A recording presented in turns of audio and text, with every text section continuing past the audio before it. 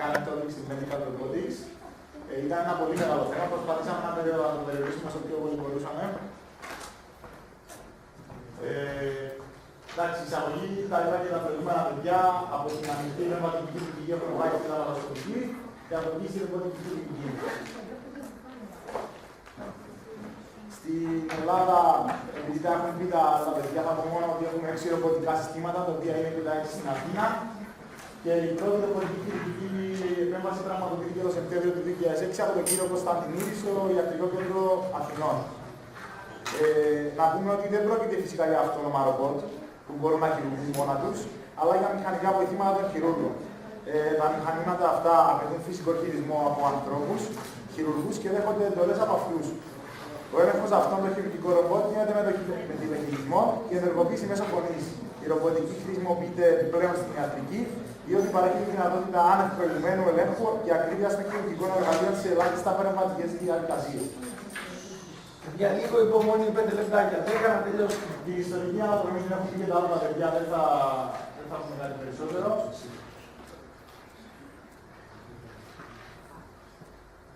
Έχουμε χωρίσει τις κατηγορίες των ιατρικών ρομπότ σε χειρουργικά, τα ρομπότ αποκατάστασης, τα παλιορόμποτ, τα ρομπότ διάσκεψης, το pharmacy automation και το ρομπότ για αντιμετώπιση του ιού Ebola.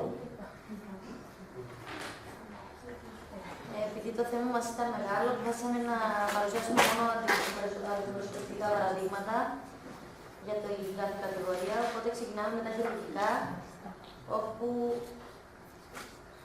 έχουμε πρώτο το ρομποτικό εργαλείο για τη λήψη βιοψίας κατά τη διάρκεια ενός MRI. Το συγκεκριμένο ρομπότ έχει κατασκευαστεί, είναι πειραματικό από στάδιο και είναι κατασκευασμένο από πλαστικά μέρη και όχι μεταλλικά, κάτι που διευκολύνει την εργασία του στα μαγνητικά πεδία του μαγνητικού τομογράφου. Αποτελήθηκε από κεραμικούς κινητήρες. Ο ασθενής βρίσκεται μέσα στο μαγνητικό τομογράφο. Ο γιατρός παρακολουθεί το MRI και την ίδια ώρα το ρομπότ έχει πρόσβαση μέσω του περίμενου από το τείχομά του.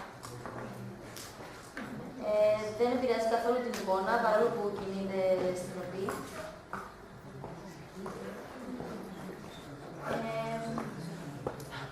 Η μέθοδος αυτή είναι πιο στοχευμένη από τις άλλες, από τις προηγούμενες, γιατί αρχικά το σύστημα αυτό μπορεί να εντοπίσει καλύτερα τις ύποπτες περιοχές, οπότε κατευθύνεται σε συγκεκριμένα σημεία και παίρνει μόλις 4 δείγματα ιστού. Οπότε έχουμε μείωση του κινδύνου μόλυνσης λόγω των μειωμένων εισαγωγών πελώνας.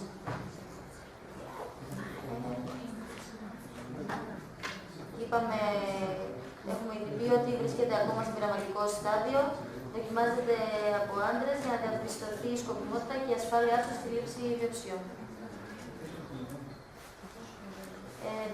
Το ρομπότ Νταβίντσι το έχουμε αναλύσει. Έχουμε πει τα θέματα του, τους βραχίονες στον πύργο, έχουμε το ξόλα.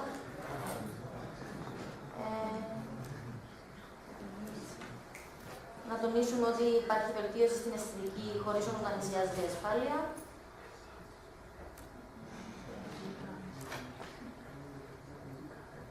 Όχι το Νταβίντσι. Όχι άλλο Νταβίντσι. Αυτά από μένα. Θα μιλήσουμε για τα ρομπότ αποκατάστασης και τα βοηθητικά ρομπότ. Είναι δύο κατηγορίες που μπορεί να καλύπτονται. Ο σκοπός γενικότερα είναι να βοηθήσουν ανθρώπους με κάποιο υλικό ικανότητα να αποκτήσουν περισσότερη αυτονομία και να βελτιώσουν όσο γίνεται την ποιότητα της ζωής τους και ακόμα να κάνουν αποθεραπεία. Χρησιμοποιούνται συνήθως σε άτομα με κεφαλικά επεισόδια, σε τραυματίες πολέμου ή σε ασθενείς με τραύμα στη σπονδυλική στήλη. Τα τελευταία χρόνια αυτό που βρήκαμε ότι έχει βελτιστοποιηθεί είναι η ενίσχυση μυϊκής λειτουργίας παράλληλα με την ενίσχυση της νευροπλαστικότητας που θα εξηγήσουμε τι σημαίνει αυτό, παράλληλα με την ενίσχυση των πνευματικών κινήσεων μέσω κάποιων συγκεκριμένων αισθητήρων και όλα έχουν να κάνουν σε σύνολο με την εξατομίκευση της θεραπείας ανάλογα με τις ανάγκες του ασθενή. Λοιπόν, θα πω κάποια παραδείγματα τώρα. Αυτό είναι το Diego. Είναι μια αυτοματική συσκευή η οποία στοχεύει στην αποκατάσταση της λειτουργίας των άμμακρων. Είναι αυτή η συσκευή που θέλει στη οθόνη. Δεν φαίνεται από αυτή την πλευρά, αλλά ο ασθενής μέσω του ειδικού που τον βοηθά μπορεί στην οθόνη μέσω συγκεκριμένων κινήσεων και συγκεκριμένων προγραμμάτων ουσιαστικά κάποια παιχνίδια ή κάποιες ασκήσεις να βελτιώσει την κινητικότητα των χεριών του μέσω της εκούσιας θέλησης και όχι μόνο από την βοήθεια του ρομπότ. Όταν λέμε εξατομίκευση σε επίπεδο του ασθενούς, είναι ότι αυτό το ρομπότ μπορεί να ρυθμιστεί με τρόπο ώστε να βοηθάει τον κάθε ασθενή όσο αυτό χρειάζεται, όχι περισσότερο ή λιγότερο. Ουσιαστικά η αποθεραπεία γίνεται έτσι πιο επιτυχημένα σταδιακά. Επίσης, το ρομπότ μπορεί να κάνει μια καταγραφή, να έχει μια ταυτότητα για τον ασθενή για να μας παρέχει τα δεδομένα για την αποθεραπεία. Αν αυτή είναι επιτυχημένη ή όχι. Κάτι παρόμοιο της αυτή είναι βοήθεια τα βοηθητικά ρομπότ. Αυτό το ρομπότ είναι το e-lex της εταιρείας Bionics. Είναι γραφειός σκελετός ο οποίος δίνει το δικαίωμα στους παραπληγικούς να περπατήσουν ξανά. Έχει πάρει και αρκετά βραβεία αυτό το συγκεκριμένο ρομπότ. Λοιπόν, να πούμε ότι αυτό το ρομπότ βοηθάει ασθενείς οι οποίοι δεν θα περπατούσαν ποτέ στη ζωή τους να μπορέσουν να περπατήσουν. Υπάρχουν σχετικά βίντεο τα οποία δεν βάλαμε. Να μπορέσει ασθενής να περπατήσει σε μια όρθια γραμμή, να μπορέσει να σταθεί από μια καθιστική θέση, να κάτσει από μια όρθια θέση και να μείνει όρθιος για κάποιο χρονικό διάστημα. Φυσικά πρέπει να χρησιμοποιεί και τα βοηθητικά στηρίγματα, αλλά νομίζω είναι ένα τεράστιο επίδευμα για το ποδηλή ιατρική. Κάτι που θέλαμε να τονίσουμε όσον αφορά τις χρηματοδοτήσεις, η συγκεκριμένη εταιρεία έχει βγάλει κάτι παρόμοιο για το Αμερικάνικο στρατό. Είναι ένα ρομπότ το οποίο σου δίνει ουσιαστικά στον στρατιώτη τη δυνατότητα να μεταφέρει 60 κιλά σε όπλα. Του δίνει τη δυνατότητα να πολεμάει 96 ώρες στις επόμενες μάχες μέχρι να τελειώσει η μπαταρία του. Είναι ίδιο τύπου σκελετός. Και απλά το βάλαμε, δεν έχει συμμετοχή, το βάλαμε για να δείξουμε από πού έρχονται οι περισσότερες χρηματοδοτήσεις για αυτά τα έργα, για αυτά τα ρομπότ.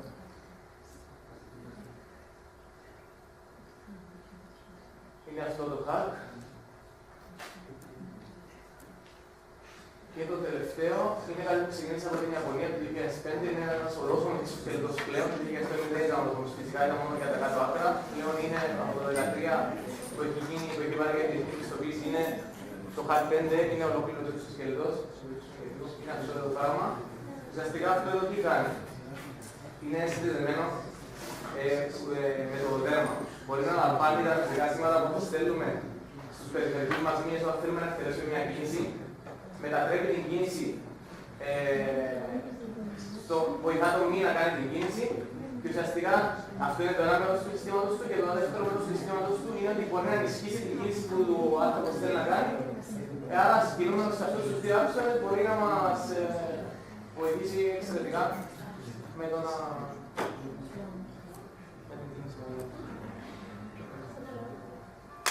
Μια άλλη κατηγορία είναι τα ρομπότ τηλεδιάσκεψης και αυτό είναι αρκετά ενδιαφέρον.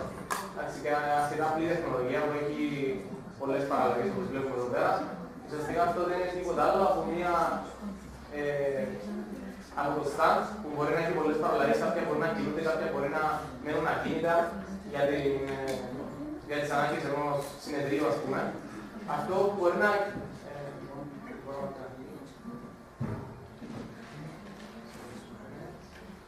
Λοιπόν, αυτό που μπορεί να κινείται έχει ειδικούς αισθητήρες, ώστε ο γιατρός από αυτά ένα εικονικό σώμα, μπορεί να βρίσκεται από το σπίτι του, στο γραφείο του, σε μια άλλη χώρα κλπ. Και από αυτά ένα εικονικό σώμα μέσα στο νοσοκομείο μπορεί να αλληλεπιδρά στον βαθμό που του δίνεται μέσω της οθόνης με τους συναδέλφους. Και εντάξει, καταλαβαίνουμε ότι με τέτοια μέσα πλέον παίρνουν άλλη διαστάση η αλληλεπικοινωνία μεταξύ των γιατρών.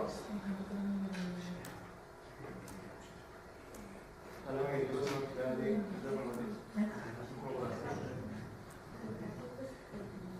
απλά οι δύο μηχανισμοί που κινούνται αυτά τα μηχανήματα για να τελειώσουν αυτά είναι ότι στο απλό ο γιατρός μέσω της εφαρμογής, μέσω του κινητού του ουσιαστικά μπορεί να κινεί το κεφάλι του ρομπότ, ενώ η δεύτερη συσκευή είναι αυτά τα συγκεκριμένα ρομπότ τα οποία κινούνται στον χώρο με ειδικούς αισθητήρες και μπορούν να βγουν ακόμα και εμπόδια. Έτσι ο γιατρός αποκτά το εικονικό σώμα που λέγαμε πριν. Όσον αφορά μια πιο ανθρώπινη πλευρά που μου άρεσε και ήθελα να το βάλω, είναι ότι αυτά τα παιδιά που έχουν καρκίνο μπορούν να ξεβοηθούν μέσα από τέτοιου τύπου ρομπότ, να έρχονται πιο κοντά με τους ανθρώπους και είναι καλό να τα τονίσουμε και αυτά γιατί βλέπουμε ότι η ρομποτική δεν είναι μόνο γνώσεις, αλλά μπορούμε να βοηθήσουμε και πιο πρακτικά κάποιους ανθρώπους που το χρειάζονται. Λοιπόν, αυτό είναι το Pharmacy Automation. Είναι ένα μηχάνημα που χρησιμοποιείται κυρίως στα νοσοκομεία, αλλά μπορεί να χρησιμοποιηθεί και στα φαρμακεία.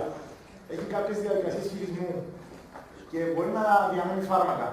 Έχει την ικανότητα να μετρά μικρά αντικείμενα όπως δισκία και κάψουλες, αλλά έχει την ικανότητα να αναμίξει κάποια διαφορετικά φάρμακα, είτε σκόνες είτε υγρά, και να δημιουργήσει νέα φαρμακευτικά σκευάσματα. Μπορεί να αποθηκεύσει προσωπικές πληροφορίες για τον ασθενή, όπως και το ιστορικό του, και με βάση δεδομένων. Και ανοιχνεύει το κίνδυνο αλληλεπίδραση των διάφορων φαρμάκων που λαμβάνει κάθε ασθενή, έτσι ώστε να τις ελαχιστοποιήσει. Αυτό που βλέπουμε δεξιά είναι δύο διαφορετικά μηχανήματα, ρομπότ αλλιώς. Οι διάφορες εταιρείες προσπαθούν να αναπτύξουν σήμερα μια σειρά από συστήματα τέτοια, έτσι ώστε να βελτιώσουν ακόμα περισσότερο την ακρίβεια, την ασφάλεια, την ταχύτητα και την αποτελεσματικότητα της φαρμακευτικής αγωγής. Αυτό νομίζω που μας έκανε περισσότερη εντύπωση είναι αυτό το ρομπότ, που λέγεται ο μικρός Mo. Είναι ένα πολύ απλό ρομπότ, που έχει στόχος του είναι να εξολοθρεύει τους επικίνδυνους ιούς σε χρόνο ρεκόρ. Χρησιμοποιείται κυρίως για τον ιό Έμπολα. Δεν είναι κάτι πολύ περίεργο, είναι μόνο μια λάμπα UV πάνω σε τροχούς, η οποία μετακινείται σε υλικά δωμάτια. Απελευθερώνει το χημικό στοιχείο ξένο, είναι μη τοξικό αέριο, ώστε να απαλλάγει την υπεριοδία ακτινοβολία και να καταστρέφει τους ιούς. Αυτό είναι ακριβώς το ρομπότ που μετακινείται με τροχούς. Διατέθηκε στο εμπόριο του 2010 και κοστίζει περίπου $100.000. Και χρησιμοποιείται για 2 περίπου λεπτά, έτσι ώστε να εξουδετερώσει το DNA του έμπολα σε μια επιφάνεια. Αυτή είναι η βιβλιογραφία μας.